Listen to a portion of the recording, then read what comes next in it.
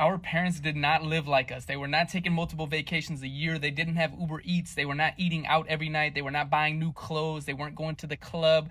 They did not have social media to constantly be comparing themselves to others and trying to one up or lifestyle inflation.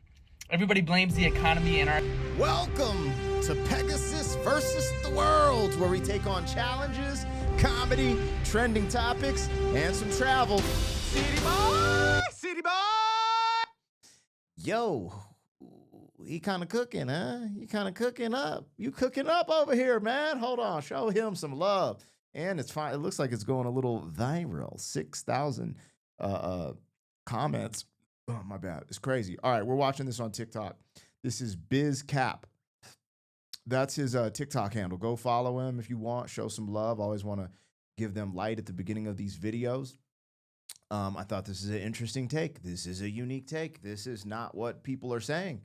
People, want to behead billionaires and be given, basically what I'm seeing, the trend with the youth, and this is just how I see it right now. Maybe the stance will change, but the youth is going more and more to this socialist idea, which I do think social programs are needed at some capacity. We have some in America that work. But the concept that I see is very dangerous is they're counting everybody else's money and what they do. You have too much money. You shouldn't be allowed to have that.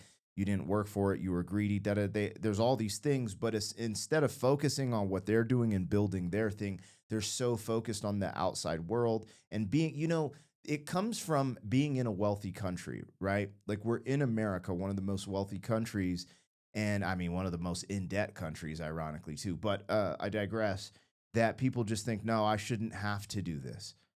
I shouldn't have to, this concept of I'm a slave because I have to work and be a part of society to make money, and I'm just want to chill and be awakened is kind of wild. That's some first world country stuff, you guys. Like when I start listening to these TikToks, and maybe I'm not framing it properly, but the concept of like, yo, this is eating my soul, right? They'll say this is pulling my soul away by having to work and do all this stuff. And I understand that feeling because I was young. I did not like working for other people, so I understand it. But I did have to pay my dues and work for other people until I could figure out my own thing. But what I would also challenge people is you have to work in the sense of if we were living off the land, you would work. But it wouldn't be like, oh, this is sucking my soul, because you're literally working to harvest vegetables, to raise crops, cattle, whatever, fending off things from killing your livestock, fishing, like stuff like that. So maybe that's what people want to do. They just want to work for I don't know. But there is this weird undertone of entitlement. The way more I listen to it, I do want to have compassion and empathy for the younger generations because there are hurdles and a lot of barriers to entry, but it's not always what they're saying. And he started tapping on that at the beginning of this, and I was like, oh, So anyways, let's get into it. If you guys are here for this, like, share, comment, subscribe, link in the description of my other channels, and let's have a conversation.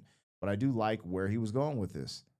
Our parents did not live like us. They were not taking multiple vacations a year. They didn't have Uber Eats. They were not eating out every night. They were not buying new clothes. They weren't going to the club. They did not have social media to constantly be comparing themselves to others and trying to one up or lifestyle inflation. So when he says this, I actually lived part of this. So going to high school, this is where it all changed for me, trying to fit in, trying to be cool. Blames the economy and a lot of kids had stuff that I didn't have access to, right? I don't know if this is going to try to play again, so I'm just going to be ready for it. But anyways, we didn't have stuff like that growing up. Didn't have a bunch of video games. I wore my first pair of Nikes in high school, the end of high school. And I just remember my parents were not buying shit for real. And I always wanted to buy stuff because I was being influenced by the things I saw in high school and on MTV. So that was the beginning for me. But I remember growing up, my parents just bought the necessities. The necessities weren't a polo outfit, or we traveled because my dad was in the military, but we didn't go on lavish vacations. We didn't eat. I remember eating a steak was relatively unheard of for our family. It was like, oh, it's your birthday. We're having a T-bone steak tonight. Now it's just like people eat steak every single day of their life. They're like, I'm on a carnivore diet, you know?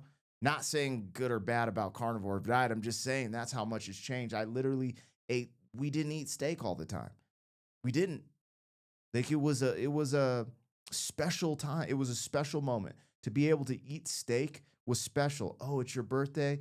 I'm gonna cook you a T-bone steak because that was my favorite. I remember these things. So inadvertently, I didn't live, I'm not from the era what he's speaking of, but my parents were. And it was just about necessity. He's bringing a good point here.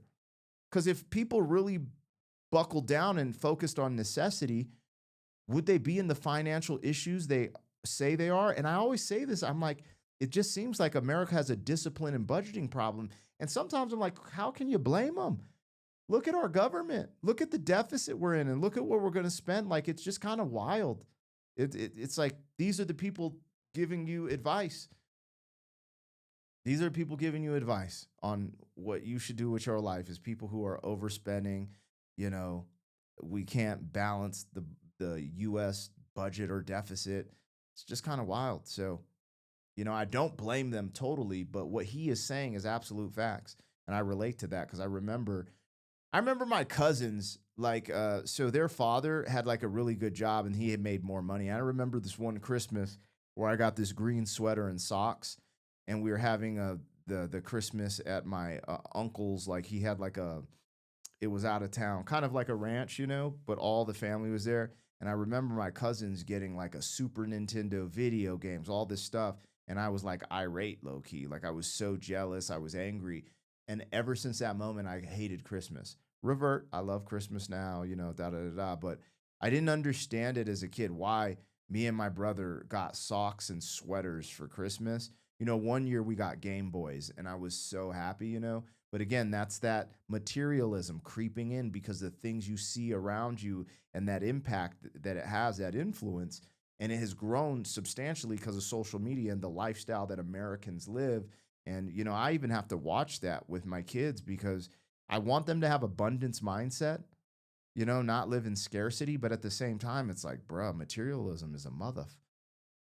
This is crazy. Inflation. Everybody blames the economy, and our economy is not great. It's different. We all know we have to spend more to survive now, but also look at our spending habits and the lifestyle inflation. We spend so much money as young people on stuff that does not matter.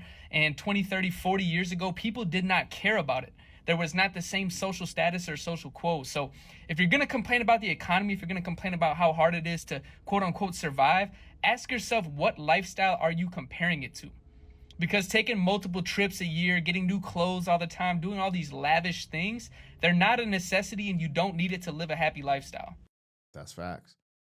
It's interesting because this has all been positioned, and I don't know, I don't know how to say this, but when you look at statistics, I believe hold on, who are the let's just look at this let's get some facts before I just spew off some silly rhetoric. In America, who is the biggest consumer of products, etc., male or female?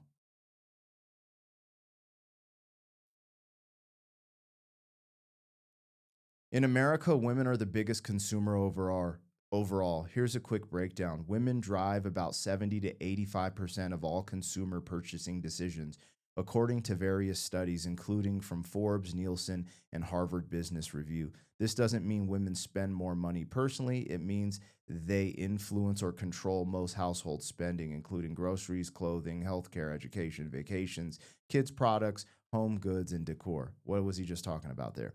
Even when men are earning more in certain households, women often decide where and how the money gets spent, especially in. So I decide that in my household, but my wife does influence certain things where it's like, where if we have it, I'm like, cool, we can spend this extra. I want to, but what they're saying is wild. 91% of new home purchases are influenced by women. 85% of car buying decisions involved women. 80% of healthcare decisions are made by women. 93% of food purchase are influence. So with this one, the only one for me is food.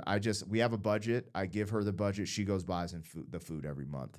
Um, Healthcare, that's both of us. I'm just like, nah, we need good healthcare for our children because it gets expensive, and then we have a child who has autoimmune issues, so we have to have better healthcare than But buying car, that's me.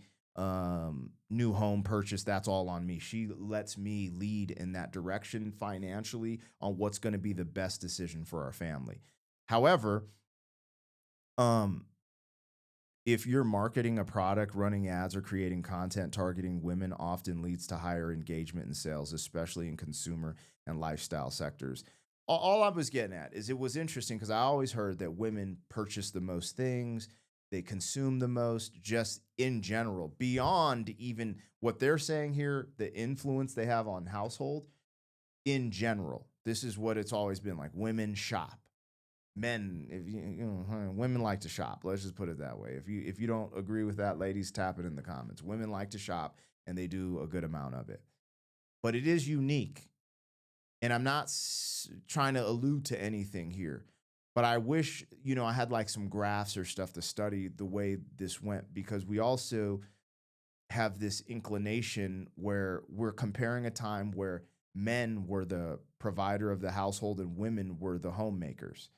And now we're in a place where women work. I mean, women are filling up the colleges. Women work, I think, almost as much as men do, and generate. And so when we see this increase of people, I'm just wondering, where is the influence here? Like, because I believe in American society, men and women are holding. Actually, let's just find out.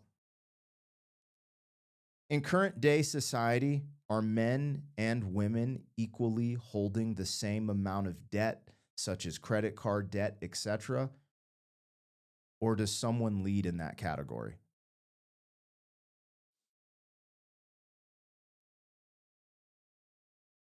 As of recent data, men and women in the US do not hold equal amounts of debt. There are notable differences depending on type of debt, credit card debt. Men tend to carry slightly higher balances on average. Okay, here we go. Now we're getting to the skinny of it. 2023 experiment report showed men average around 6,000 while women average around 5,000. So 5,900 versus 6,000, which is really close. However, women are more likely to carry balances month to month, which can lead to more interest payments over time. That's interesting. Student loan debt. Women hold more student loan debt overall. Women account for about 2/3 of the student loans. On average, women owe about 31,000 and men owe about 29,000. So it's like really close. And that's what I was saying at the beginning. I was like, I would bet men and women equally kind of share debt. Auto loans. Men hold more auto loan debt on average. Um, this may be because men are more likely to buy larger or more expensive vehicles. Interesting. Mortgage debt. Men typically hold slightly more mortgage debt, likely tied to higher average incomes and slightly more home ownership among single men compared to single women. Also, if they're leading the household, they'd be more likely to buy the house than the woman, because of the man woman dynamic. Total debt load. Overall, men carry more debt in dollar amount, but women often face more challenges paying it off due to factors like, here we go. They're saying wage gaps and caregiving responsibilities. Caregiving, I'd accept that, but wage gap is that, like, now we have to go into a whole wage gap conversation, because really it's what women choose to go into career field wise. Not that if they went into the same exact career field as men, as they get paid less necessarily, unless it's the WNBA, which is running in the negative. So it's like, it's just funny how people use the statistics and numbers to kind of trick you. Again, what I'm going to say here is this dude seems to be correct. If people dumbed it down, budgeted for necessity instead of luxury. See, I've heard a lot of TikToks where people like, I deserve this. I deserve my hair and nail did. I deserve this vacation. I deserve this big truck on 20-inch rims and da da da da. And when I'm speaking, man, women, truck, men, women, hair, nail did, vacation. Like, this is just a common sign I see in America in general. I deserve this. I'm American. I should have this certain type of lifestyle. And if we really buckled down to necessity, what would that look like? I think he brings up a good point. Anyways, you guys let me know what I got, what I missed. I'd love to hear it. City boy,